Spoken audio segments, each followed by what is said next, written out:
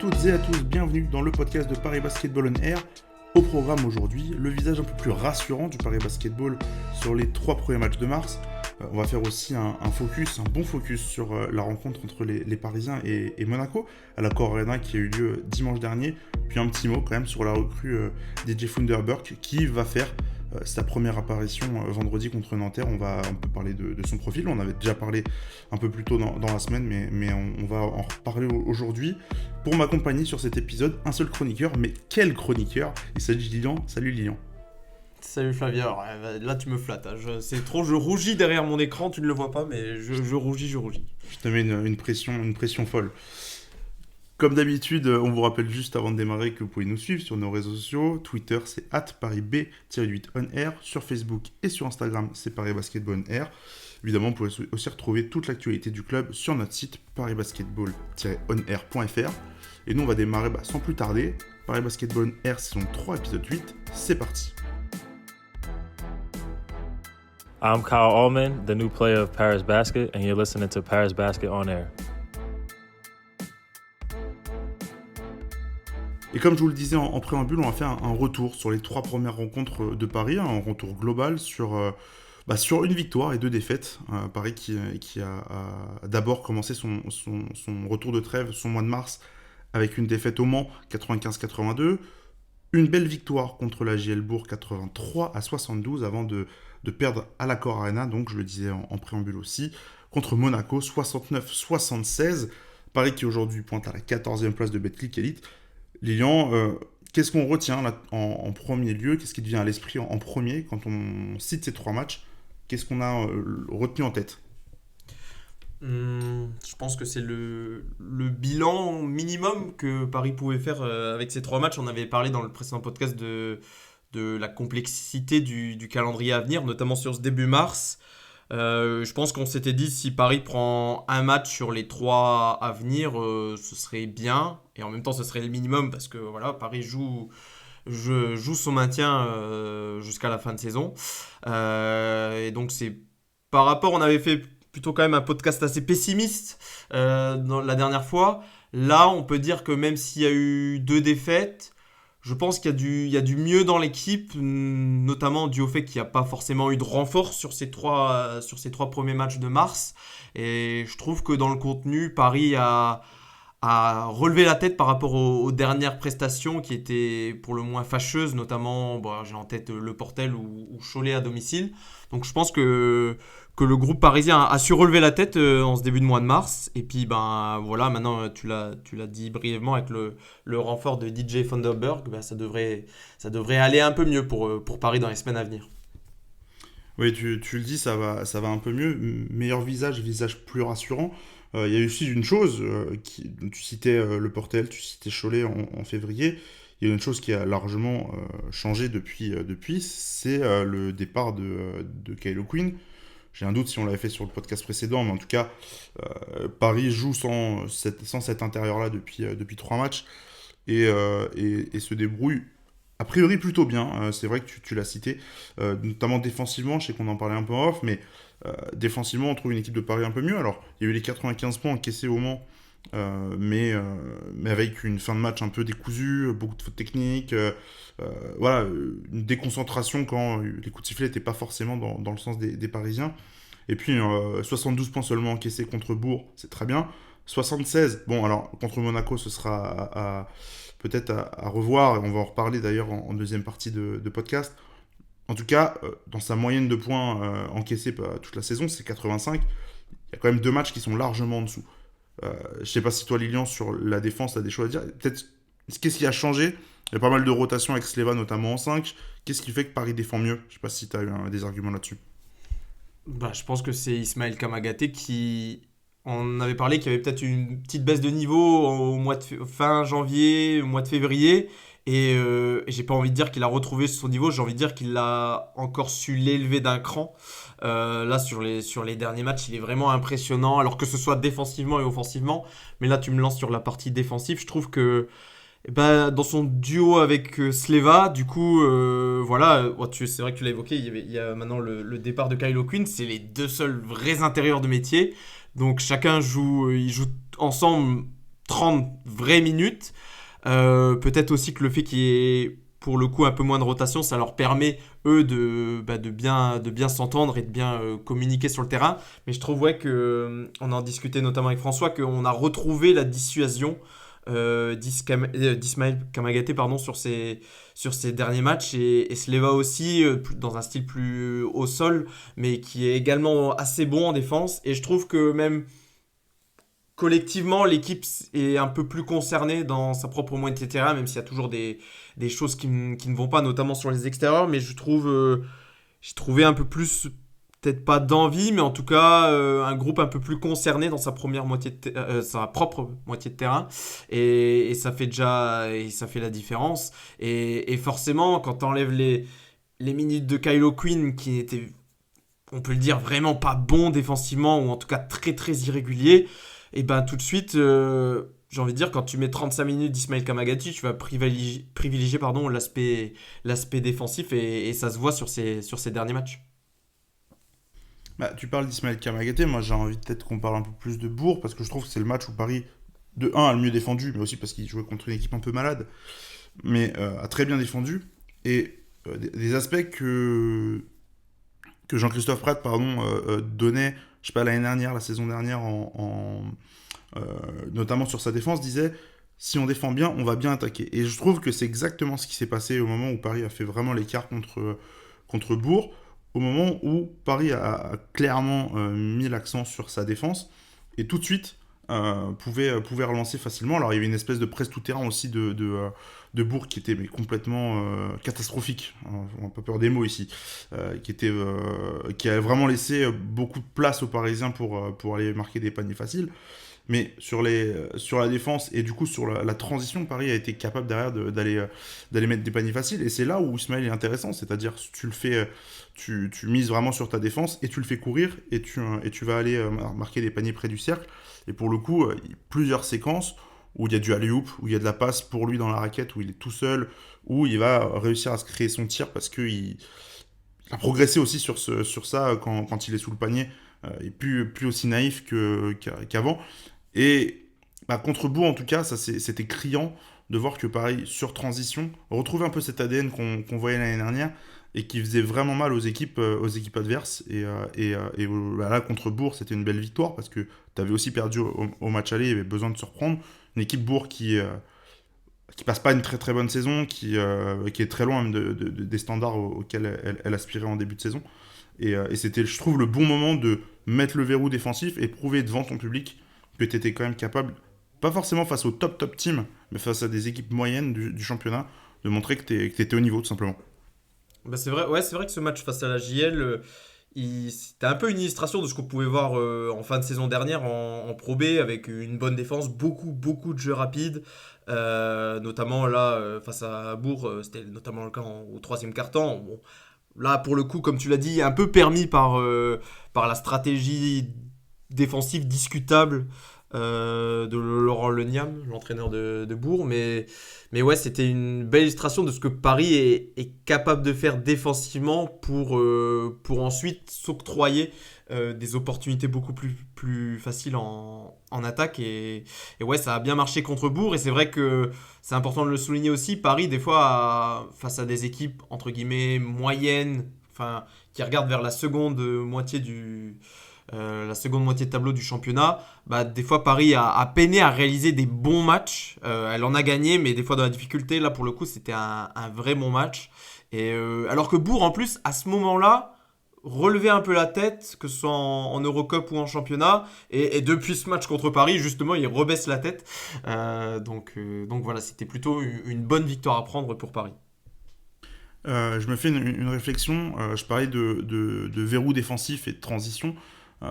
Contre Le Mans et contre Monaco aussi, j'ai des flashs un peu qui me viennent comme ça, mais surtout en fin de match, quand Paris essaie de revenir, où Paris le fait, ce genre d'action, tu sais, des grosses plays défensives, des interceptions, forcer des pertes de balles, en tout cas de son adversaire, et être capable d'aller scorer très vite, soit en transition, donc soit par trouver un intérieur tout seul dans la raquette, pourquoi pas un pull-up, ou trouver des joueurs dans les corners, même si ça rentre pas tout le temps, on va peut-être en parler aussi un petit peu après. Je sais pas si toi t'as vu la même chose, mais en tout cas je trouve que il y a des moments dans les matchs où ce que je retrouvais pas quand au mois de, fin janvier, et le mois de février, tu sais, des moments dans le match où tu te dis c'est bon, Paris est rentré dans son match et ils croient à la victoire, même je sais pas s'ils perdent de 10 points, ils se disent allez, on a quand même la capacité d'aller chercher ce match. Je sais pas si toi t'as vu ces mêmes choses là. Contre Le Mans et contre Monaco, c'est pas passé loin à chaque fois. Je trouve que c'est dans la durée du match que, encore une fois, si tu joues pas 40 minutes, tu peux pas gagner. Et je trouve que c'est un peu là-dessus où Paris a perdu les deux rencontres. Je sais pas toi comment tu l'as ressenti, cette chose-là. Ouais, je suis d'accord avec toi. Je dirais presque même que des fois, Paris a réagi trop tardivement. Et j'ai l'impression que c'est un peu sur les deux matchs que tu cites. C'est un peu quand il y a des moments dans le match où il y a des coups de sifflet un peu contre Paris, où les joueurs s'énervent. Et pour ne pas le citer, Ryan Botwright, par exemple, qui a souvent l'habitude de parler avec les arbitres. Face à Le Mans, à un moment, c'est quand le moment où il met plusieurs shoots d'affilée, il s'énerve un peu avec le banc adverse. Il y a un peu le même moment contre Monaco en fin de. C'était vers quoi, le milieu du quatrième quart-temps. Paris fait un run. Bon, on l'a pas forcément lié à un arbitrage, mais c'est vrai qu'à un moment, il y a un run où on ne sait pas trop pourquoi le niveau défensif s'élève. Après, c'est peut-être lié à un relâchement aussi défensif adverse. Mais c'est vrai que je me suis dit sur ces deux matchs, c'est dommage, mais des fois, on a l'impression que Paris se réveille un peu tardivement. Et c'est encore le problème à cette équipe. Il y a encore trop de moments où les temps faibles sont vraiment faibles et les temps forts sont très hauts. Et il n'y a pas vraiment, par rapport à d'autres équipes que Paris a pu rencontrer cette saison, une régularité sur 40 minutes. Ce qui commence à être dommage parce qu'on en arrive aux 2 tiers de la saison. Et il n'y a toujours pas cette constance dans l'effort que Paris arrive à reproduire semaine après semaine. Tu vois, je pense que contre Le Mans et contre Monaco, contre Le Mans, Paris a peut-être été supérieur au Mans, peut-être, je sais pas, 10 minutes dans le match. 10 minutes sur les 40 minutes. Contre Monaco, je dirais 5 minutes. Ça n'a pas duré très très longtemps, c'était en fin de match. Et c'est le seul moment où Monaco peut-être s'est fait un peu peur et a dû peut-être s'employer pour bien sécuriser la victoire. Mais du coup, comme tu le dis, si tu joues pas 30 minutes, 40 minutes, tu te donnes moins de chance entre guillemets d'aller chercher un match. Et je sais pas s'il y a un complexe d'infériorité ou je sais pas quoi, mais tu sens quand même que ça rentre dans les matchs timidement. C'est pas, tu prends pas le taureau par les cornes comme tu devrais le prendre en fait. Et Monaco et Le Mans, c'est deux équipes contre qui Paris avait perdu plus. Enfin, en tout cas, Le Mans, c'était plus ou moins de la même manière. Le Mans avait quand même dominé tout le match. Là, c'est dommage en fait. Tu sais qu'il y a peut-être la place. Monaco, je trouve qu'il y avait quand même la place. Ils ont vraiment peu joué. Et encore une fois, on va en reparler après. Et tu t'enlises un peu au classement parce que tu joues pas assez. Tu ne trouves pas de solution suffisamment rapidement pour faire mal à ton adversaire comme c'est le cas. Peut-être je voulais qu'on parle aussi, on en a toi et moi discuté un peu en off avant, parce globalement on a parlé des meneurs avec Ryan, qui d'ailleurs fait un très bon mois de mars je trouve. On a parlé des intérieurs avec Ismaël et Dustin. On n'a pas encore parlé des ailiers, qui est peut-être le point faible offensivement, on l'a dit, en défense, l'équipe est plutôt propre en ce moment. Mais en attaque, pour les citer, Axel Toupane et Jean Béguin, sont, on va dire, des intermittents du spectacle un peu. Je sais pas comment toi tu le ressens, est-ce que tu peux nous en parler? C'est vrai qu'on avait beaucoup raillé Ryan Botwright dans le dernier podcast. A raison, je pense. Pour le coup, là, tu l'as dit, son mois de mars est vraiment, on va pas dire excellent, mais il est bon. En tout cas, ce qu'on avait envie de voir de lui, qui plante des shoots extérieurs à des moments importants des matchs, il est en train de le faire. Donc ça, c'est plutôt positif pour l'équipe. On espère qu'il va pouvoir continuer sur cette lancée. Ouais, on voulait un petit peu parler des ailiers du Paris Basketball parce que on l'a dit, le secteur intérieur est plutôt bon. Le secteur extérieur sur le backcourt est également plutôt bon. Là, le bas blesse en ce moment, c'est sur les ailiers. J'ai envie de dire qu'il manque pas d'attention, mais dans la réalisation et dans la concrétisation des actions, il y a un manque. je trouve que Juan Bégarin, à chaque fois, moi, je me fais des réflexions. Je trouve qu'il fait pas des mauvais matchs. Je trouve que justement, il fait des matchs plutôt. Je le vois un petit peu moins shooter à l'extérieur. Je le vois plus essayer d'aller au cercle. Et c'est ce qui me plaît. C'est ce qui me plaît quand il est agressif, quand il a envie d'aller vers le panier. Mais là, ça manque un petit peu des fois peut-être de lucidité au moment de conclure les actions. Et peut-être pour aller sur Axel Toupane avant de te relaisser la parole, euh, on a peut-être. Il y a peut-être un petit peu un manque d'impact pour l'instant pour Toupane sur ces derniers matchs. On attend qu'il soit un peu l'un des leaders de cette équipe. Ça l'a été sur certains matchs. Là, au mois de mars, ça l'est clairement pas. Après, bon, il a loupé le match du Mans parce qu'il était malade. Mais sur les 2 matchs suivants, je trouve qu'il embrasse pas vraiment ce rôle. Alors défensivement, il apporte. Peut-être pas autant que ce qu'on pouvait espérer. Mais là, c'est vraiment... offensivement, les deux, il faut qu'ils plantent à l'extérieur. On se faisait la réflexion en off. Sur les 3 derniers matchs, ils shootent en cumulé, Juan Bégarin et Axel Toupane à 3 sur 22 à 3 points. C'est vraiment, quand c'est censé être tes 2 free and D, c'est clairement insuffisant. Et c'est ce qui fait un peu, c'est ce qui fait un peu que l'attaque de Paris est un petit peu moins efficiente. Heureusement, sa défense relève le niveau, mais l'attaque de Paris était un peu moins efficiente ces derniers temps. Et c'est peut-être à cause de ce déficit d'adresse sur les ailes. Je te rejoins sur John Bégarin, je te rejoins et en fait, là sur le 3 sur 22, je sais pas quelle est sa part de tir, mais je trouve en tout cas que ces matchs sont meilleurs que Toupane. J'ai pas spécialement envie de taper sur Axel Toupane, mais il arrive moins à trouver entre guillemets une manière de scorer différente que par son tir extérieur. On le trouve beaucoup en fin de chaîne dans les corners. Je trouve qu'il devrait être beaucoup plus à la création de l'action.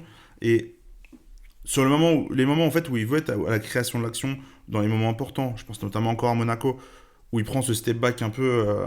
franchement, il est pas bon. C'est pas un bon tir. Il est peut-être capable de le mettre, mais c'est compliqué. C'est des tirs difficiles. C'est des tirs en tout cas, qu'on ne met pas souvent, en tout cas au basket.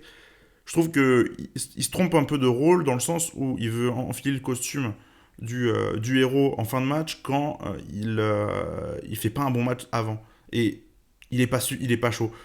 Le nombre de tirs dans les corners qu'il met pas, ça commence un petit peu à être dérangeant. Alors c'est du manque d'adresse, ça va revenir. C'est un garçon quand même qui plantait quasiment 20 points en G-League en début de saison. Il n'y a pas de raison que... Enfin, le talent est là, le basket est là.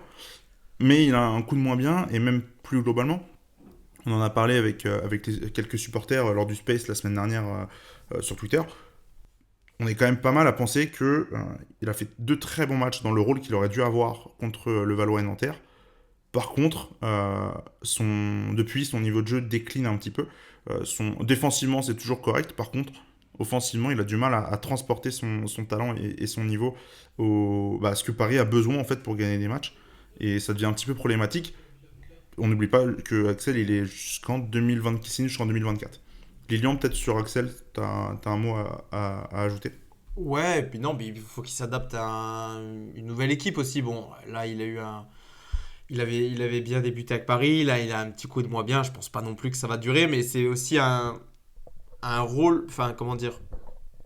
Il doit aussi s'accommoder peut-être d'un nouveau rôle. Ça a quand même très souvent été dans sa carrière un joueur de complément, un joueur de devoir. Peut-être que là, il faut qu'il trouve sa marque entre être efficace dans ce rôle qu'il a toujours connu et en même temps pouvoir embrasser quelques responsabilités supplémentaires. Donc c'est pas forcément évident et t'ajoutes à ce déficit d'adresse de ces 2 joueurs Gauthier Denis aussi qui en ce moment a un petit peu moins d'adresse longue distance, donc forcément t'additionnes le peu d'adresse de ces 3 joueurs. Tu comptes en gros plus que sur Ryan Boatwright et Kyle Allman pour mettre des shoots extérieurs. Et du coup, ça devient forcément compliqué pour gagner des matchs. Puis on en a parlé aussi en off, le fait que Kylo Quinn soit parti et que du coup Dustin Sleva joue beaucoup plus à l'intérieur, ça te fait déjà un shooter de moins aussi à 3 points pour planter des paniers, quoi.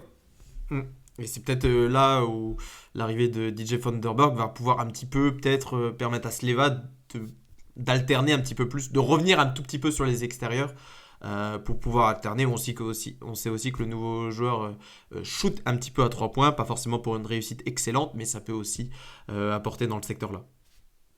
Je te propose peut-être qu'on passe sur le focus un peu Monaco. Rapidement, donc c'était le match à l'Accor Arena dimanche, devant, si je te dis pas de bêtises, 8117 personnes. Qu'est-ce qu'on retient de ce match? Enfin, Jean-Christophe Prat a dit que c'était un match référence défensivement. Je sais que toi et moi, on n'est pas spécialement d'accord sur ce point-là. Dis-moi pourquoi. Pas spécialement d'accord, dans le sens où Monaco a joué ce match, il faut le dire, avec dilettante, mais ils peuvent se le permettre. Ils avaient 4 joueurs au repos, dont Mike James. J'ai plus les autres en tête, mais voilà, ils avaient 4 gros joueurs au repos. Faut le replacer dans le contexte. Là, au moment où on enregistre cette semaine, potentiellement, ils peuvent jouer 4. Enfin, si on compte le match de Paris, ils peuvent jouer 5 matchs en une semaine. Ils ont 2 matchs d'Euroleague, plus la Coupe de France ce week-end à Trélazé. Donc, s'ils vont jusqu'en demi, ça peut faire 5 matchs en une semaine. Donc, forcément, ils ont mis des joueurs en repos, reposé quelques cadres. Mais ils ont une telle force de frappe que ce soit offensivement ou défensivement, qu'ils ont pu se le permettre. Et pourquoi on n'est pas forcément trop d'accord avec Jean-Christophe Prat quand il dit que c'est un match référence défensivement? Parce que de la manière dont joue Monaco, avec beaucoup d'isolation, forcément que tu te fais pas forcément prendre sur des backdoors, sur des cuts, forcément que tu es sur le joueur.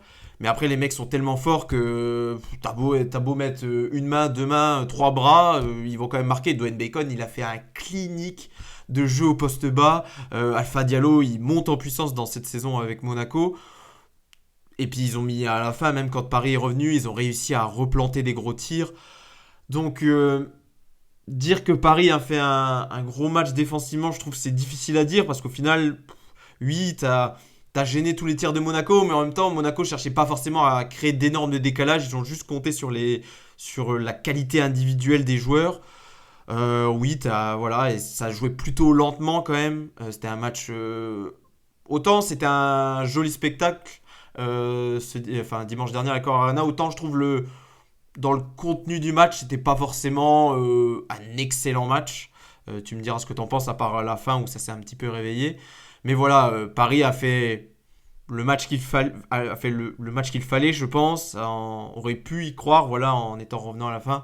Mais Monaco, en tout cas là sur cette deuxième partie de saison, avec Sasa Obradovic qui est revenu sur le rocher et là est beaucoup trop fort pour le niveau actuel qu'a Paris en ce moment. Enfin,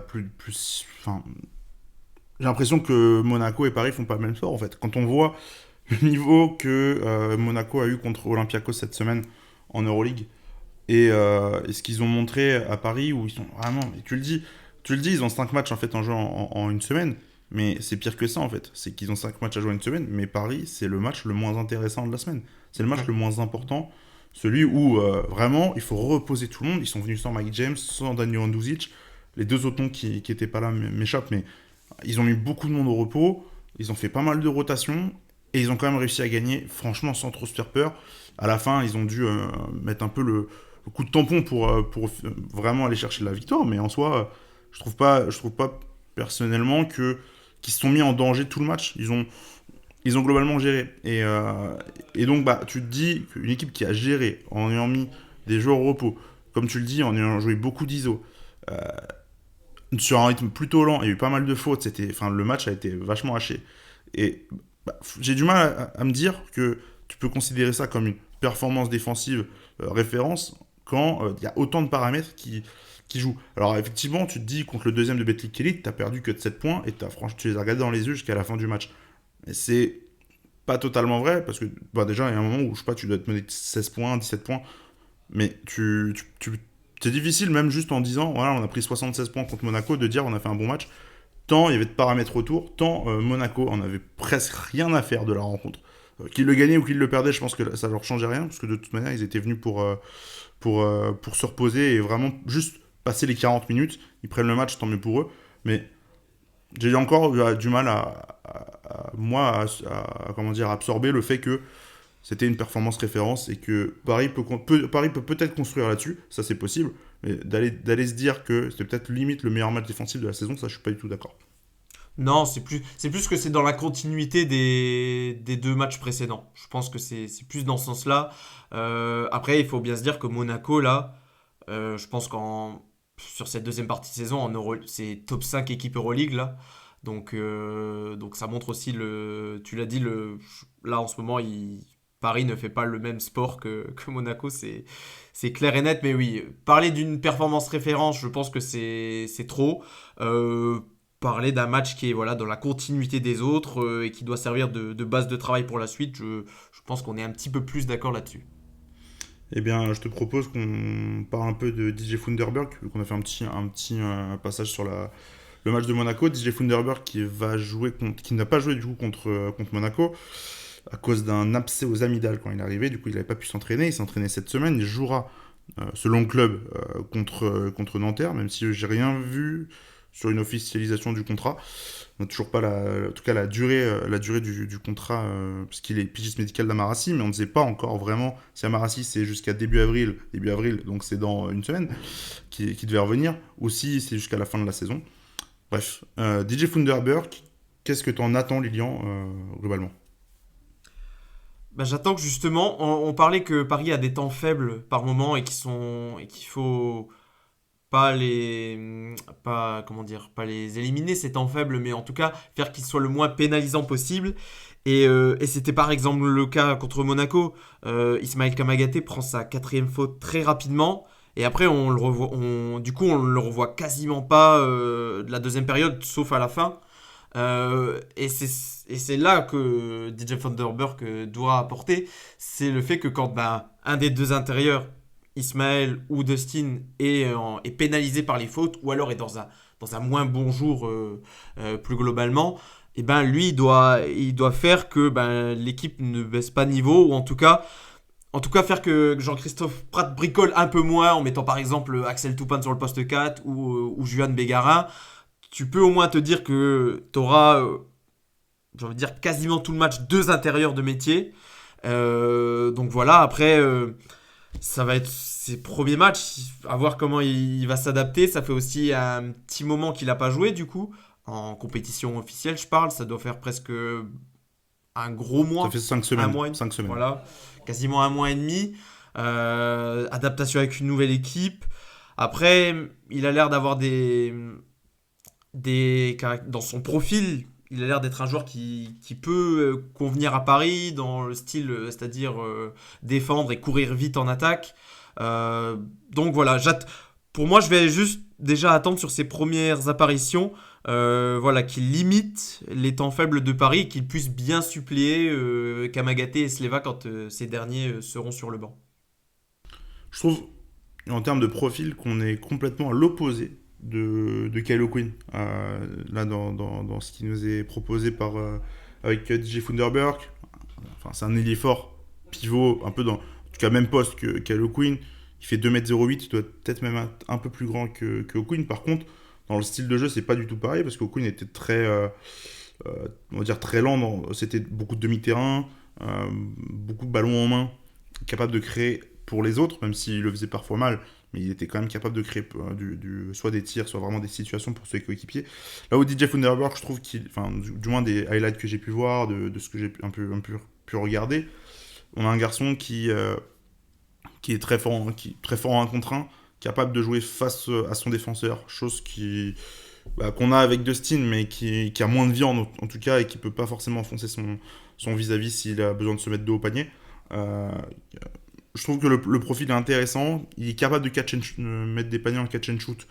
À voir s'il garde la même adresse, parce que je crois qu'en Russie, il était à 40% sur ses tirs à 3 points. Il n'avait pas non plus un gros volume, mais ça reste une arme que tu peux utiliser de temps en temps. Je suis assez curieux de voir comment Paris va l'intégrer.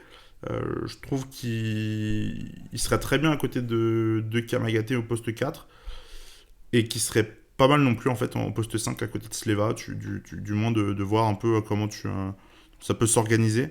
Mais en tout cas, a priori, belle recrue. C'est vrai, tu l'as dit, attention à voir au niveau de forme, parce que tu l'as dit, il a pas joué depuis Je le dis 5 semaines, c'est depuis le 18 février exactement. Et là, il était en Russie, il est parti, là il est arrivé malade, donc il s'est pas entraîné tout de suite à Paris. Il doit avoir 3 ou 4 jours d'entraînement dans les pattes avant de jouer Nanterre. Pas forcément la préparation idéale pour finir la saison. Mais on espère en tout cas pour lui que ça va aller et que du coup il démarrera bien vendredi. Parce que Paris en aura besoin. On fait peut-être le passe-passe sur le match de Nanterre qui a lieu vendredi soir. Puis après, il y aura un match à Strasbourg mardi. Paris enchaîne 2 matchs assez rapprochés. À l'aller, c'était un match très serré qui s'est joué dans le Money Time. Il y avait une donnée qui pour moi est cruciale. C'était le secteur intérieur. Il va falloir, côté Paris, c'est justement la faiblesse depuis quelques semaines. Même si tu as quand même Ismail Kamagaté qui a haussé son niveau de jeu.